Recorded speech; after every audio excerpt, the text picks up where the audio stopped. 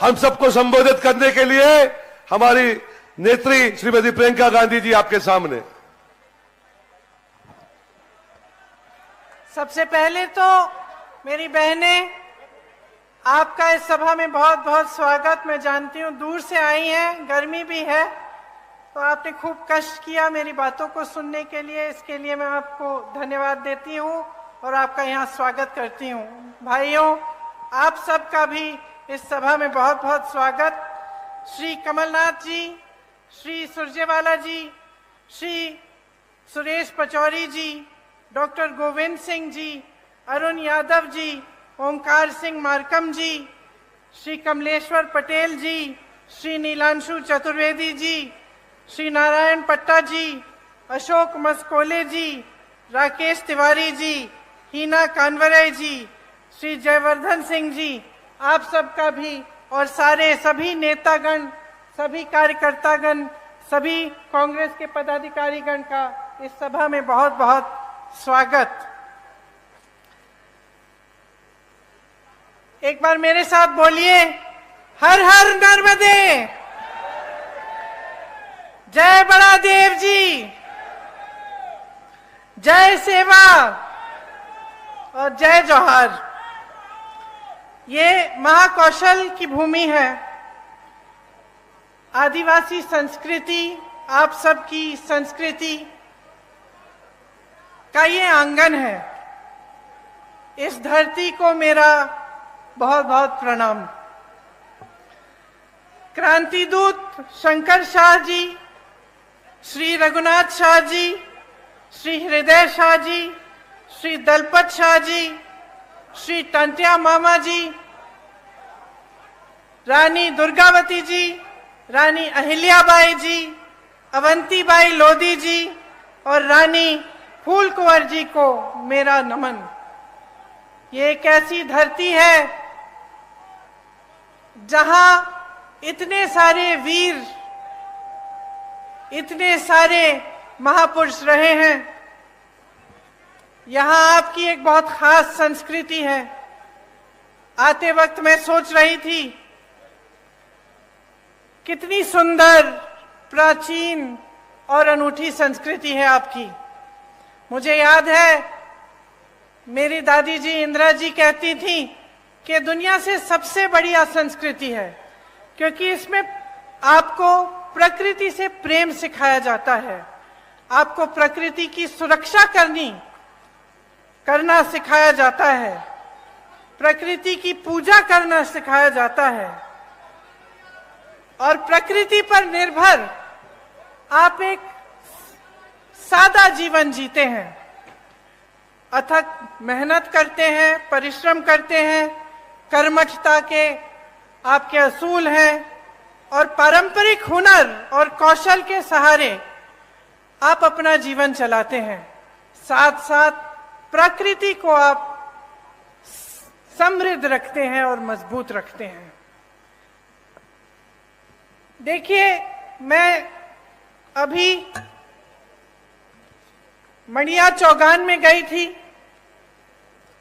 वहां पे मैंने पहली बार देखा ऐसी जगह को, और आप सबकी श्रद्धा उस जगह से जुड़ी है, वहां पे आपकी आस्था जुड़ी है। आदिवासी आस्था के गौरव का केंद्र है। मैं वहां गई तो मुझे बताया गया कि जो आपकी पगड़ी है, इससे आपका सम्मान जुड़ा हुआ है। मुझे बताया गया कि अगर कोई ऐसी बात होती है, मान लो किसी से ऋण ले लिया, चुका नहीं पा रहे हैं, तो आप पगड़ी रख के जाते हैं। तो ये बात मेरे मन में आई कि जब हम यहाँ चुनाव के समय आते हैं और हम आप सब से बड़े बड़े वादे करके जाते हैं और कहते हैं कि हम ये करेंगे, घोषणाएं करते हैं, तो एक तरह से हम अपनी पगड़ी आपके सामने रखते हैं।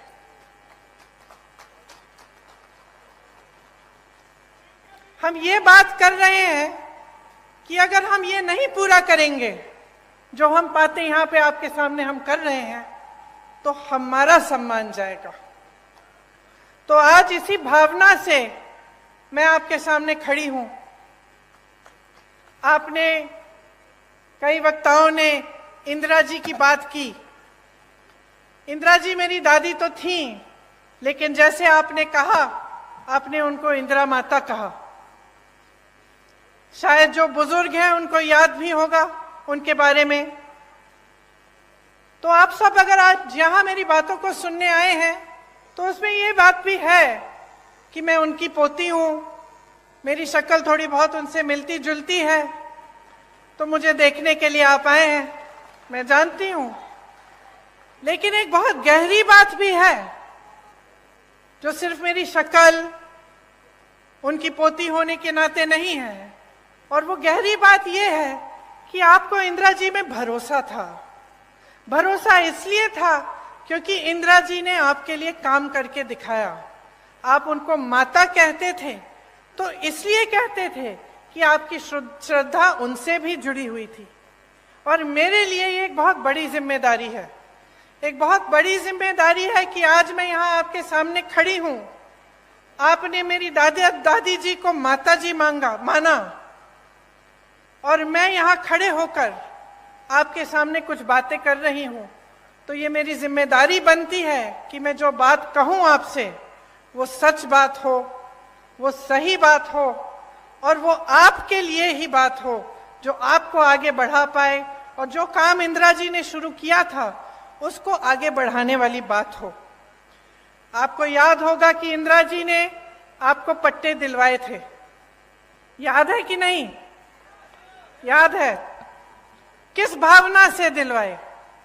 इसी भावना से दिलवाए कि ये आपकी जमीन है, ये आपका सम्मान है, ये आपसे जुड़ी हुई बातें हैं, और आपको पूरी तरह से की शक्ति आपके हाथों में मिलनी चाहिए। कांग्रेस पार्टी की यही परंपरा रही है, यही असूल रहे हैं, और हम चाहते हैं कि जो संपत्ति है देश की, प्रदेश की, आपके जिले की, ये संपत्ति आपके हाथों में जाए। हम चाहते हैं कि आप मजबूत बने, आपकी शक्ति आपको मिले।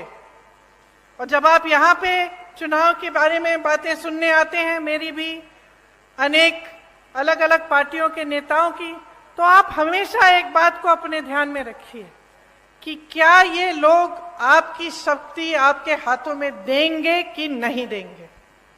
अब कांग्रेस की जो परंपरा रही है उसको आप देखिए।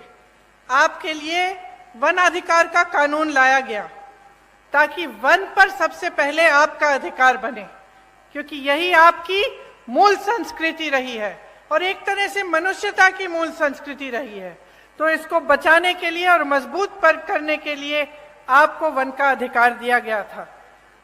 जो भी नेता यहाँ आता है, मैं जानती हूं ये 3 शब्द बोल के जरूर जाता होगा, जल, जंगल और जमीन, है कि नहीं? बोलते हैं ना। लेकिन इसके नीचे क्या अर्थ है, इसको समझना बहुत जरूरी है। क्या नेता गहराई से बोल रहा है या आपके सामने एक जुमला बना के छोड़ दिया है? आपको मालूम होगा कि कांग्रेस की सरकार ने आपको ये वन अधिकार दिलाकर जल, जंगल और जमीन पर आपको अपना अधिकार लौटाया। मनरेगा लाए, मनरेगा से ग्रामीण रोजगार बने। जो पलायन की बात कमलनाथ जी ने की, पलायन किस लिए होता है? पलायन इसलिए होता है जब ग्रामीण रोजगार नहीं बनता, जब आपके इलाके में, आपके गांव में, आपके जिले में रोजगार नहीं मिलता, तभी तो बच्चा सोचता है कि घर छोड़ के बड़ी शहर में नौकरी ढूंढेगा, क्योंकि यहाँ नहीं मिल रही है। तो मनरेगा किस लिए बनाया गया था? आपको मजबूत बनाने के लिए, ताकि आपको रोजगार गांव में मिले, ताकि आपको पलायन करना नहीं पड़े। आज पलायन बहुत बड़ी समस्या है यहाँ की। भोजन का अधिकार का कानून मिला आपको, इससे आपके बच्चों को जो भोजन का अधिकार है वो दिया गया कि सरकार की जिम्मेदारी बनती है कि आपको भोजन मिलना है। पंचायत व्यवस्था को कांग्रेस की सरकारों ने मजबूत किया। जो पैसा पंचायत को आना चाहिए था वो आया। पंचायत में जो निर्णय लेने चाहिए थे कि आपके यहाँ कुछ काम कराना है या कोई समस्या है उसको सुलझाने के लिए, वो पंचायत में ही लिया जाए। ये कांग्रेस की सोच थी। इन सब चीजों से आपके हाथ मजबूत हुए। अब आप अगर देखें तो जितने भी अधिकार कांग्रेस ने आपको दिए और जो जो काम आपकी मजबूती के लिए किए, जब भाजपा आई तो एक एक करके ये अधिकार आपसे छीने गए। आज सरपंचों को के अधिकार में कटौती है, आप सब जानते होंगे। मनरेगा को लागू ही नहीं किया, पलायन और बढ़ गया है क्योंकि गांव में रोजगार नहीं मिल रहा है। आपकी जमीनें छीनी जा रही हैं, आपको उपज के सही दाम नहीं मिलते, आप विरोध करते हैं, प्रदर्शन करते हैं तो आपके ऊपर गोलियां बरसाई जाती हैं। वन का अधिकार ही खत्म कर दिया।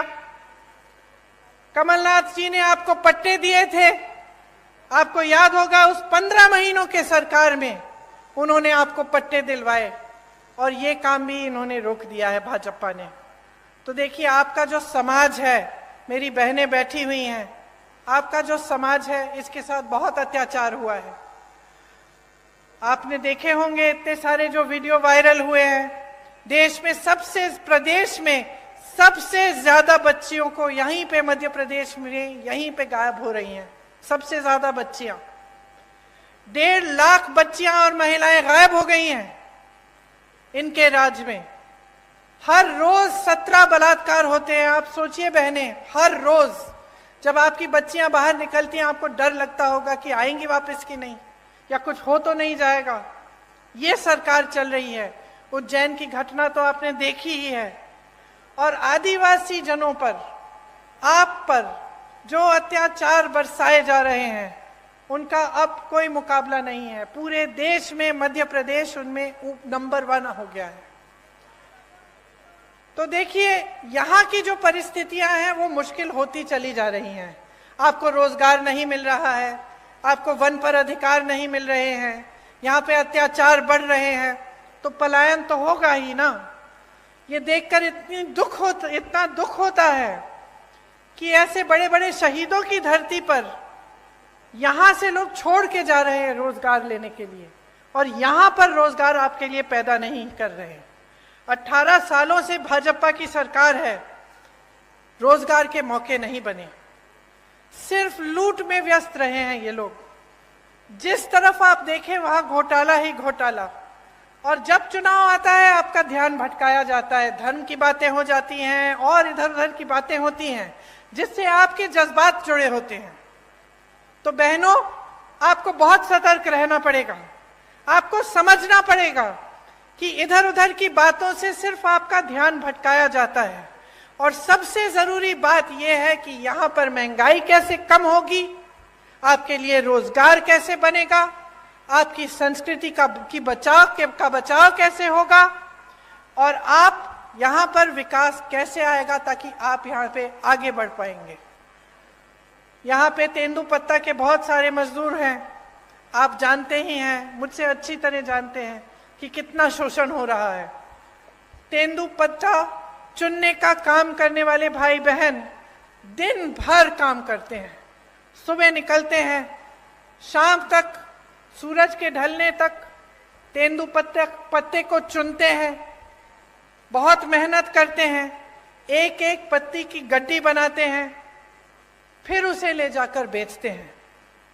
महिलाएं पत्ता बेचने जाती हैं और देर रात तक नहीं लौटती, लेकिन इन्हें क्या सही दाम मिल रहा है तेंदुपत्ता का? आप बताइए। तेंदुपत्ता बोनस में भी भ्रष्टाचार किया हुआ है, अभी तक नहीं मिला।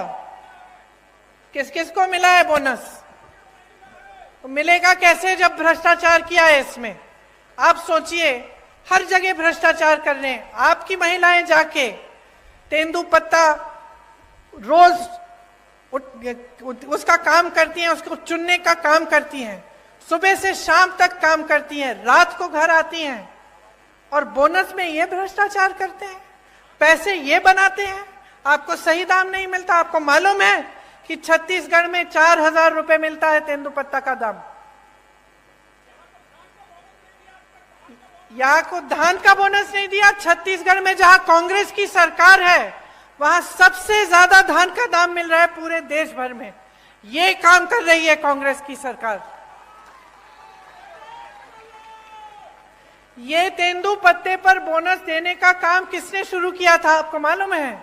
इंदिरा माता ने किया था शुरू। उन्होंने शुरू किया था। जब वो यहाँ आई और उन्होंने देखा कि यहाँ की महिलाएं इतनी मेहनत कर रही हैं, तो उनको लगा कि आपकी मदद होनी चाहिए। आज बोनस का पैसा जैसे आप कह रहे हैं नहीं मिलता है। आपको चप्पल दे रहे हैं, छाते दे रहे हैं, जूते दे रहे हैं, बोनस का पैसा नहीं दे रहे हैं। उसमें कमीशन होगा। ठीक है, सही बात कह रहे हैं आप, बिल्कुल। लेकिन आपके सम्मान की क्या बात है? आपके सम्मान की क्या बात है? क्या जूता, चप्पल, छाते से आपका सम्मान जुड़ा है? आप मेहनत करते हैं, क्या आपको अपनी मेहनत की कमाई नहीं मिलनी चाहिए? क्या आपकी मेहनत में आपका सम्मान नहीं है? तो ये जो है, ये सोच है ना, इसी के बारे में आपको बताना चाहती हूं। एक तरफ कांग्रेस की सोच, आपकी सम्मान, आपका सम्मान, आपकी संस्कृति, आपकी परंपराएं को आगे बढ़ाने वाली सोच, और उसके बारे में मैं और बताऊंगी आपको कि कैसे छत्तीसगढ़ जैसे प्रदेश में कैसे कैसे काम हो रहे हैं। और दूसरी तरफ भाजपा की सोच जो है कि जब आप सत्ता में हैं कुछ नहीं करें, जनता को आगे बढ़ाने का काम नहीं करें, भ्रष्टाचार करते जाएं, जहां पे आपको मौका मिला वहां हाथ मार लिया, पैसे लूट लिए, काम नहीं किया। चुनाव आने का समय आया, 18 साल से जो आपने काम नहीं किया वो चुनाव के 18 दिन पहले आप शुरू कर लेते हैं। ये घोषणा करेंगे महिलाओं के लिए, आदिवासी जनों के लिए घोषणा करेंगे, कोई और घोषणा कर देंगे बच्चों के लिए, युवाओं के लिए। लेकिन जब आप 18 साल से आपकी सरकार है, जब आप सत्ता में हैं और आप थे, तो आपने क्यों नहीं किया ये काम? ये मैं पूछना चाहती हूँ। और मैं चाहती हूं कि आप सबका ध्यान इसी तरफ आकर्षित हो। आपको आपके सम्मान की कमाई मिलनी चाहिए। ये जो इन्होंने चप्पल, जूते, छातों की बात की है ना, इसको बंद कराइए। देखिए, थोक में खरीदते हैं, आपको एक जोड़ी चप्पल पकड़ा देते हैं, आपका कौन सा साइज है नहीं है वो भी नहीं मालूम, ऐसे ही पकड़ा देते हैं और सोचते हैं कि ये चप्पल, ये जूते, ये छाते आपको पकड़ाने से आप चुप हो जाएंगे और अपना बोनस नहीं मांगेंगे। इतना भी आदर नहीं करते आपकी मेहनत का। ये आपकी मेहनत की कमाई है, आपका अधिकार है। आपको बोनस मिलना चाहिए और आपको तेंदुपत्ता का सही दाम मिलना चाहिए।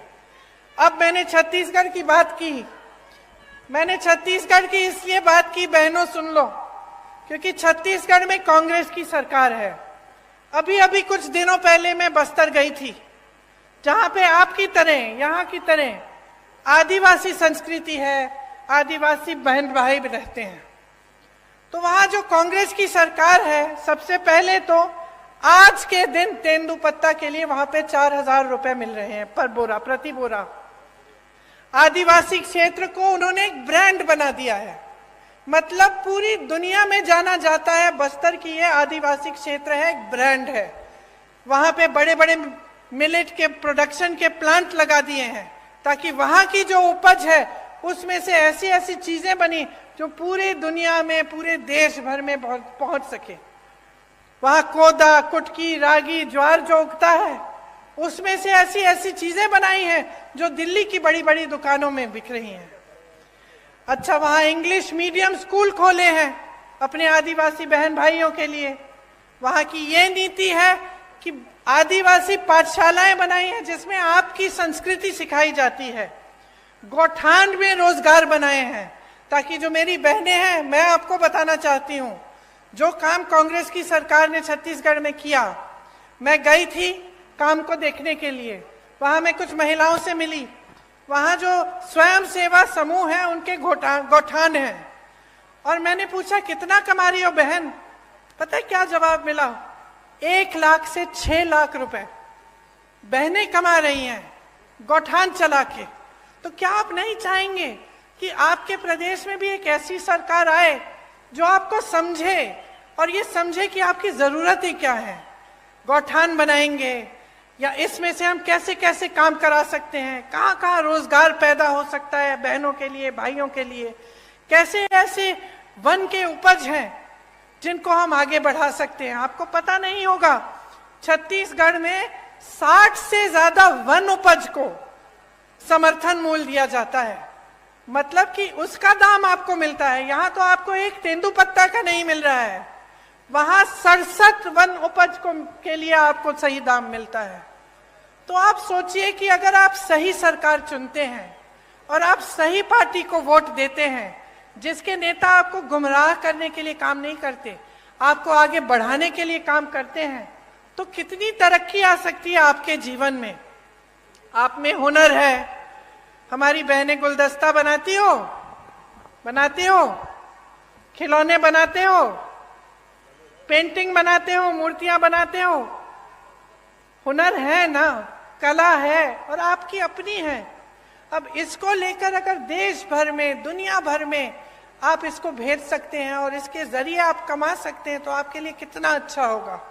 और यही काम हमारी सरकारें करके दिखा रही हैं, छत्तीसगढ़ में कर रही हैं, राजस्थान में कर रही हैं। आपका सम्मान देश भर, दुनिया भर में फैलता है और बनता है। यहां भी हम चाहते हैं कि अगर सरकार आएगी तो ये एक घोषणा है कि मैं करने जा रही हूं कि तेंदुपत्ता के लिए प्रति बोरा 4000 रुपए यहां पे भी आपको दिलवाया जाएगा। और जैसे छत्तीसगढ़ में पेशा कानून लागू किया है, उस तरह से यहां पे भी पेशा कानून लागू होगा। आपने तो देखा होगा कि आज मध्य प्रदेश में कैसी सरकार चल रही है। मेरे ख्याल से 225 महीनों की सरकार है और 250 घोटाले हैं। 18 साल से सरकार चल रही है, 22,000 घोषणाएं की हैं। मंडला जबलपुर की जो सड़क है 10 साल से बन रही है, 10 साल से। पहले 4 लेन की बन रही थी, अब 2 लेन की बन रही है, लेकिन 10 सालों में बना नहीं पाए। वही मैं कह रही हूं, ढंग से नहीं बनी है। आप आ जाइए ना मंच पे।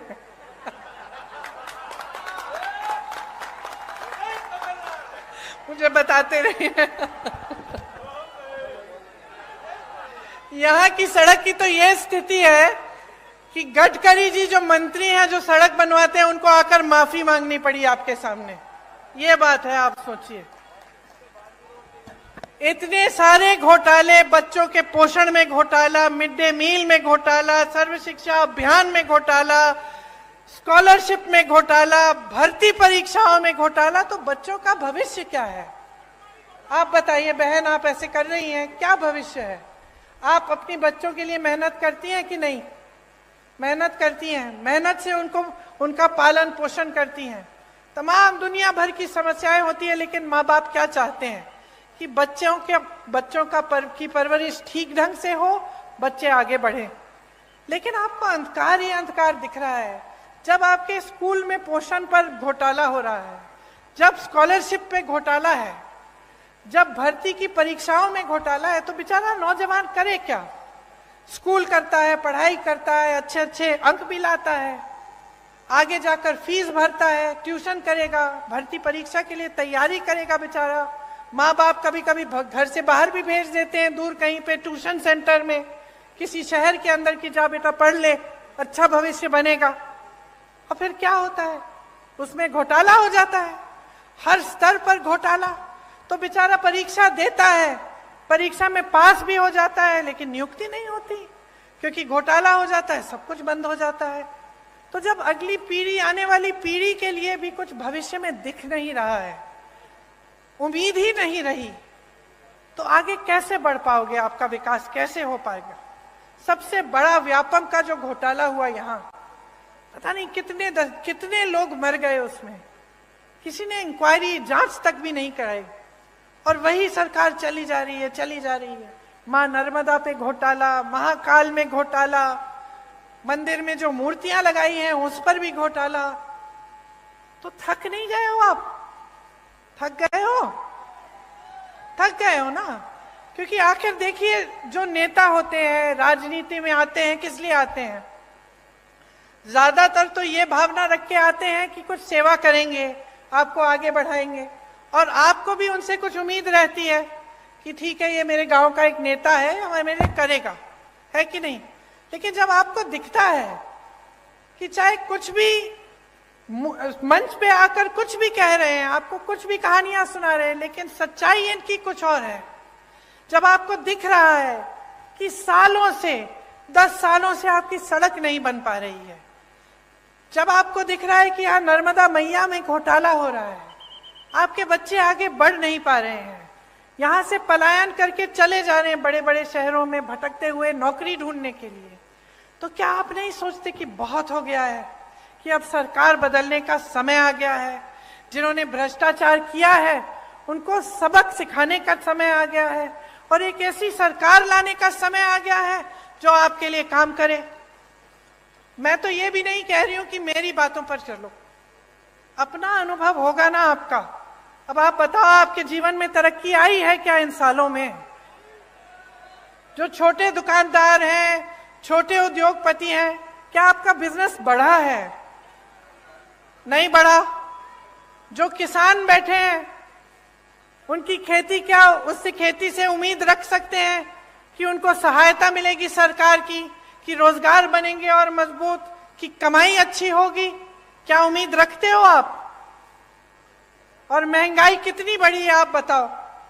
महंगाई को कम करने का काम किया है इन्होंने? नहीं किया। आज देखिए क्या कह रहे हैं आपको, कि आपको सिलेंडर देंगे 500 रुपए में, कह रहे हैं। अच्छा बहनों, आप में से कितनों के नाम में सिलेंडर है आज? नहीं है ना, परिवार के नाम में होगा सिलेंडर।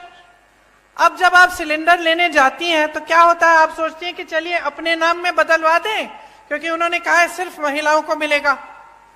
आप सोचती हैं कि चलो परिवार का सिलेंडर है, अपने नाम में डलवा दें, और जब डलवाने के लिए जाते हैं तो कितना मांगते हैं आपसे? 4000 रुपए। तो पहले कहते हैं कि आपको मुफ्त में से, मतलब आपको 500 रुपए में सिलेंडर दे रहे हैं, ठीक है।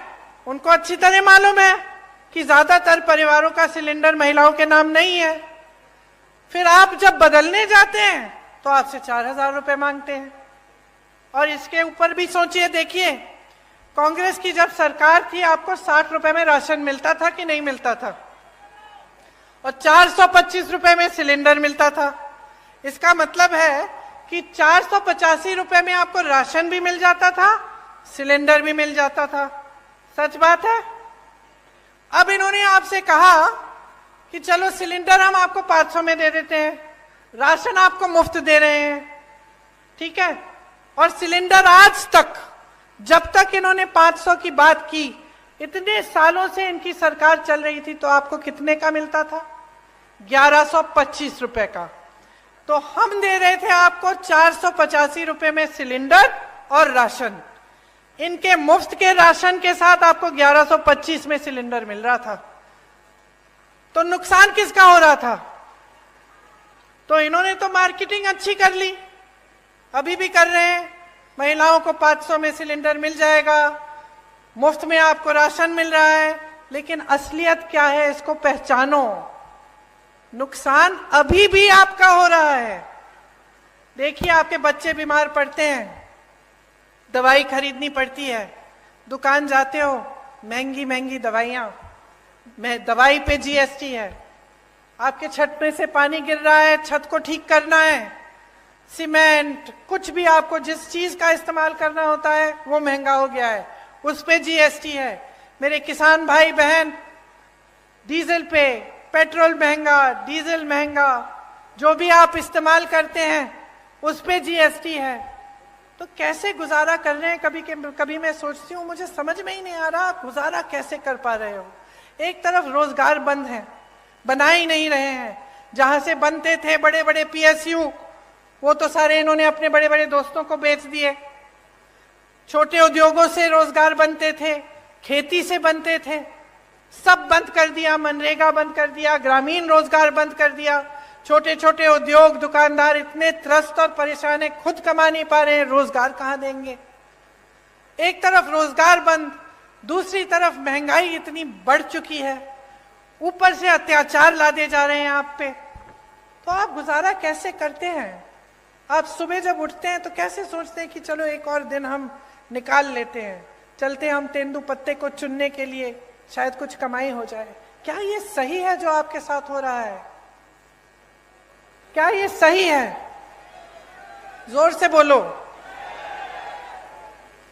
सही नहीं है, क्योंकि हम सब जो यहां खड़े हैं आपकी वजह से खड़े हैं। जितने भी नेता हैं हमारी पार्टी के हों, किसी और पार्टी के हों, उनको बनाने वाले आप हैं। आप सत्ता नहीं दोगे ना, आप वोट नहीं दोगे, तो हिम्मत है किसी की इस स्टेज पे आने की, इस मंच पे खड़े होने की? तो शक्ति किसकी है? जोर से बोलो, शक्ति किसकी है? वोट किसका है? तो इस्तेमाल करो इस शक्ति को, आंख मत बंद करो, जागरूक बनो, अपनी शक्ति को समझो, इसे पहचानो। ये जो खेल खेले जाते हैं आपके साथ, इनको देखो, कितने पद खाली हैं इस सरकार में। आप कहीं भी किसी भी स्तर पर देखिए पद खाली पड़े हैं, लेकिन यहाँ के नौजवान बेरोजगार हैं। क्यों? पद पड़े हुए, पद दो, भरो उनको। नहीं, आप भर्ती के घोटाले करते हैं, भरना नहीं चाहते। आप स्वास्थ्य की व्यवस्था में देखिए, 70,000 शिक्षकों के पद खाली हैं। स्वास्थ्य व्यवस्था में हर स्तर पर 90% से ज्यादा पद खाली हैं। ये मंडला में आपका अस्पताल नहीं है आज तक। 18 सालों से सरकार है, आपको दूर दूर जाना पड़ता है जब आप बीमार पड़ते हैं। क्यों? ये सरकार तो आपने बनाई है। जैसे मैंने कहा, सत्ता आपने दी है, वोट आपका था, तो अब जिम्मेदारी भी तो आपकी बनती है। मैंने कहा, मैं इंदिरा जी की पोती हूं, एक बहुत बड़ी जिम्मेदारी है कि मैं आपके सामने सच बोलूं, कि मैं जो बातें करूं वो बातें करके भूल न जाऊं। लेकिन आपकी भी बहुत बड़ी जिम्मेदारी है। आपके भी पूर्वज इस देश के लिए शहीद हुए। जब मैं यहां आई, जब मैंने अपना भाषण शुरू किया, तो कितने नाम लिए? ये किसके पूर्वज थे? आपके पूर्वज। इन्होंने इस देश के लिए, आपकी धरती के लिए लड़ाई की, आजादी की लड़ाई लड़ी, तो उनके प्रति भी आपकी जिम्मेदारी बनती है ना, अपने संस्कृति, अपनी परंपराओं के प्रति। और सबसे बड़ी जिम्मेदारी क्या है? कि आप ऐसी सरकार चुने जो आपके देश प्रदेश में विकास लाए और आपके लिए दिन रात काम करे। अगर यहाँ अस्पताल नहीं है तो इनकी हिम्मत नहीं होनी चाहिए थी आपके सामने आने की, कि 18 साल से सरकार चला रहे हैं, 10 सालों से सड़क नहीं बना पाए, 18 सालों से यहाँ अस्पताल नहीं बना पाए। आज पूरे प्रदेश में सीएचसी में एक भी आंख का डॉक्टर नहीं है। जब आंख की बीमारी होती है कहाँ जाते हो? प्राइवेट में जाना पड़ता है। ठीक है, जाओ प्राइवेट में, लेकिन पैसे ही नहीं कमा रहे हो, कमाने के मौके नहीं मिल रहे हैं, कमाई नहीं हो रही है, महंगाई बढ़ रही है, तो कहाँ प्राइवेट में जाओगे इलाज कराने के लिए? किसी ने सोची है ये बातें? तो ये देखिए, अगर एक सही सरकार होती है, उसकी सही नियत होती है, तो बहुत कुछ हो सकता है। आपने सुना होगा, राजस्थान के किसी भी राजस्थान के वासी से पूछिए, वहां चिरंजीवी योजना है, कांग्रेस की सरकार है। चिरंजीवी योजना में 25 लाख तक आपका इलाज मुफ्त सरकार कराती है। मैं तो हार्ट पेशेंट से मिली हूं वहां, कि उनकी पूरी हार्ट की सर्जरी, दिल की सर्जरी की है, और सरकार ने पूरे पैसे भरे उसके लिए, 15 लाख रुपए। इसी तरह से छत्तीसगढ़ में भी ऐसी योजनाएं हैं जिससे इलाज मुफ्त हो रहा है। मैं एक बच्चे से मिली, उसको एक खून की बीमारी थी, उसके पिताजी हाथ जोड़ के कह रहे थे कि कांग्रेस की सरकार ने इसका पूरा इलाज कर दिया है। रोजगार बनाने का काम सरकार की जिम्मेदारी होती है, नौजवानों का जो भविष्य है वो सरकार की जिम्मेदारी है। आपने सुना होगा कि हम बार बार कहते हैं कि जाति जनगणना होनी चाहिए। इससे पता चलेगा कि ओबीसी के कितने लोग हैं, दलित के कितने लोग हैं, अनुसूचित जनजाति के कितने लोग हैं इस देश में। और आप सोचिए कि भाजपा की जो देश में केंद्र में सरकार है, इसके बारे में बात नहीं करना चाहती। अरे हम तो यही कह रहे हैं कि गिनती तो करो। हम ये मांग कर रहे हैं कि गिनती करो, हमें बताओ। आप सोचो, आपका बड़ा परिवार है, बड़ा घर है, बड़ा परिवार है, बहुत सारे बच्चे हैं। अगर आपको मालूम ही नहीं कि कितने लड़के हैं, कितनी लड़कियां हैं, कितने बच्चे स्कूल जाने लायक हैं, कितने बड़े हैं, छोटे हैं, तो आपको ये जो गिनती है ये करनी जरूरी होती है कि नहीं होती है? कि आप जा रहे हो दुकान, कुछ खरीदना चाहते हो उनके लिए, तो जानना तो जरूरी है ना कि बहुत बड़ा परिवार है भाई, वो चाचा जी के 3 बच्चे हैं और मामा जी के 4 बच्चे हैं। जरूरी है कि नहीं? घर में जरूरी होता है अगर बड़ा परिवार होता है या बड़ा गांव होता है। अब हम कह रहे हैं देश में गिनती करो, हमें बताओ पिछड़ी जाति के कितने हैं, अनुसूचित जाति के कितने हैं, दलित कितने हैं, अनुसूचित जनजाति के कितने हैं। गिनती करो, तभी हमें पता चलेगा कि इनके साथ सही न्याय हो रहा है कि नहीं हो रहा है। क्योंकि आज न्याय नहीं हो रहा है। बिहार में ये गिनती की गई, जिसे जनगणना कहते हैं। क्या पता चला? 84% लोग ओबीसी, दलित और अनुसूचित जनजाति के हैं, ये पता चला। अब जब देखा कि पद कितने कितने लोगों के पास है, बड़े बड़े पद, चाहे अधिकारी हो चाहे किसी भी क्षेत्र में हो, तो पता चला कि कहीं नहीं है। जिन लोगों की आबादी ज्यादा है उनको पद नहीं मिल रहे हैं, उनको मौके नहीं मिल रहे हैं।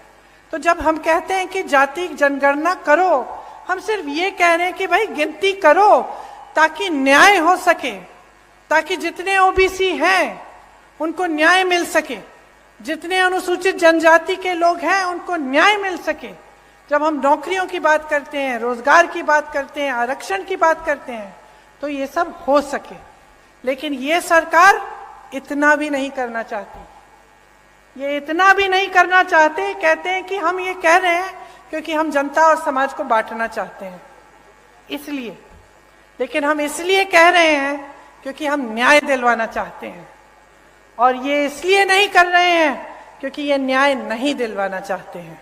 आज किसान परेशान है, यहाँ के मेरी आदिवासी बहन भाई परेशान हैं, नौजवान परेशान हैं।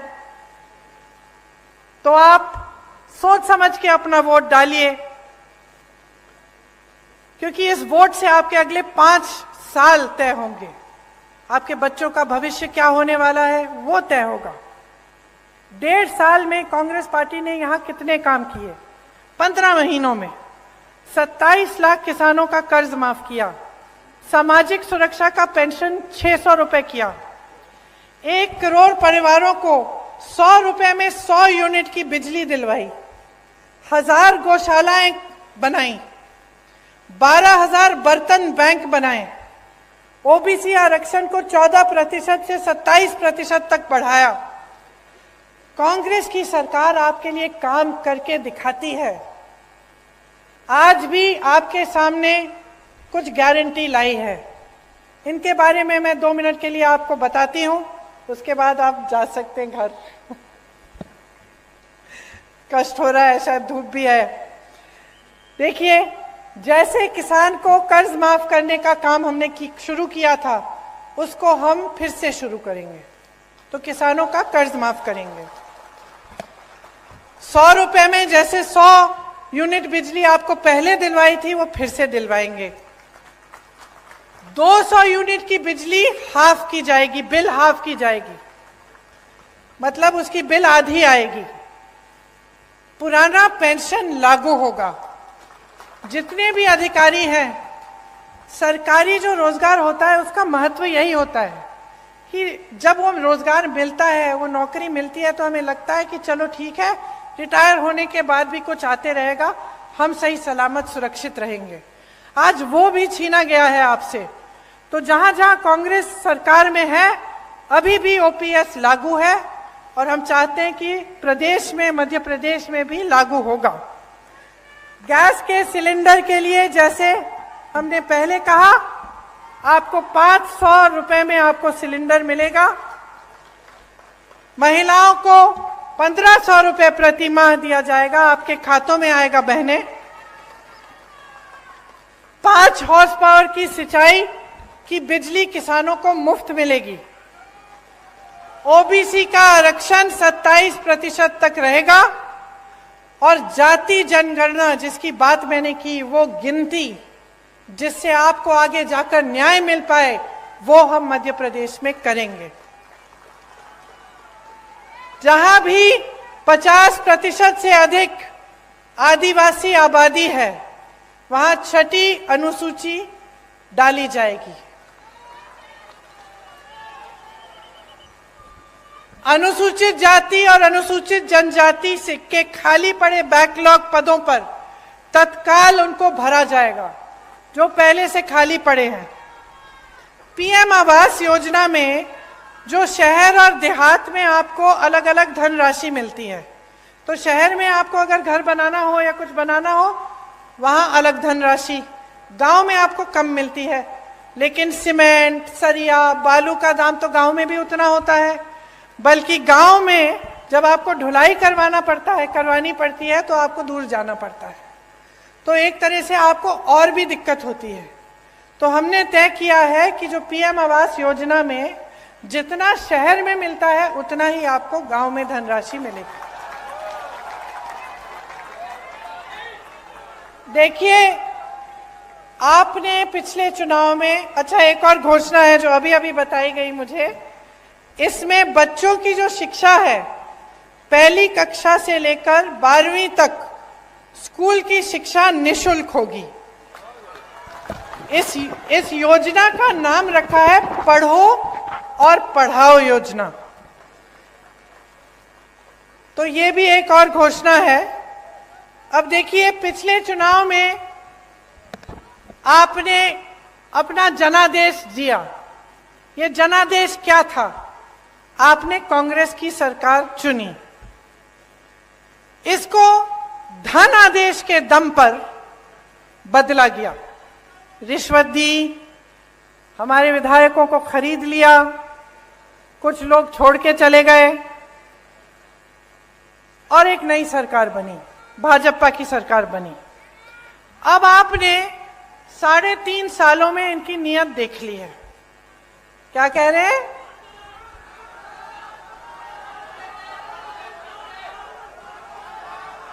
सुनाई नहीं दे रहा ठीक से, मुझे बताइए। हाँ जी, कमलनाथ जी आइए। आप सब जानते हैं कि कांग्रेस की सरकार किसानों की हितैषी है। मैं यहां नहीं बोल रहा, पर मैं आपको एक आश्वासन दे सकता हूं कि आप निराश नहीं होंगे।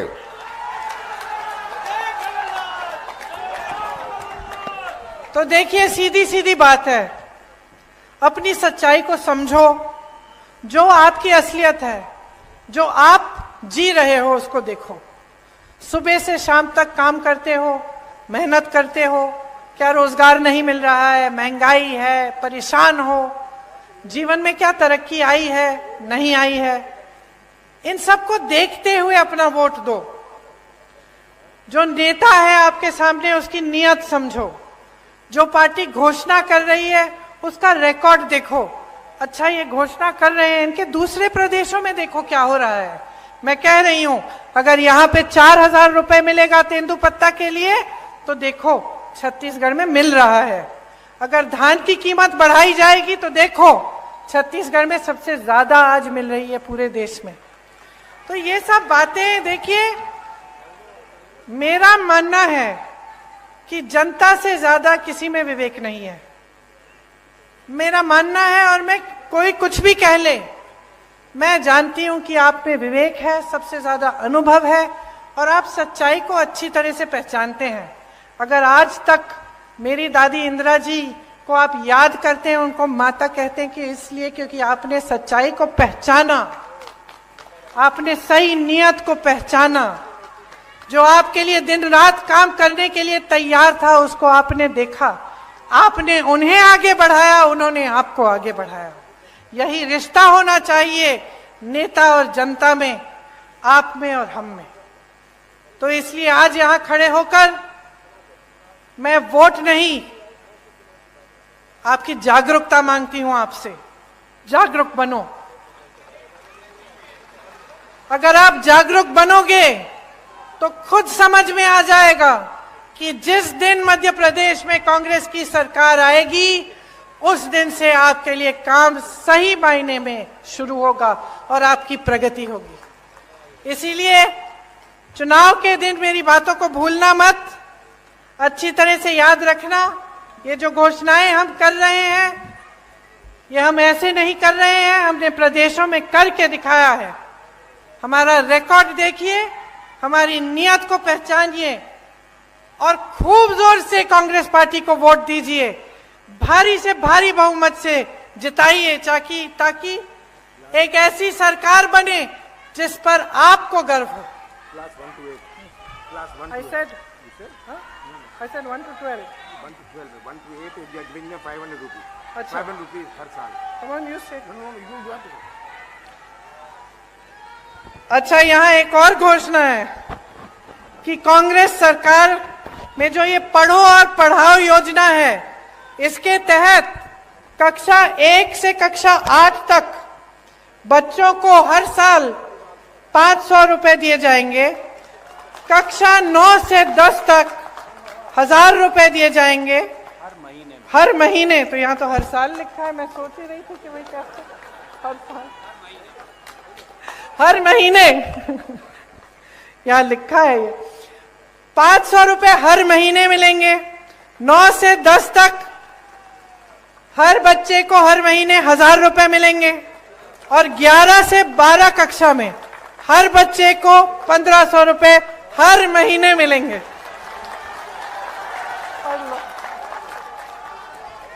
अच्छा, एक बार मेरे साथ कहिए, जय हिंद, जय हिंद, जय हिंद। धन्यवाद।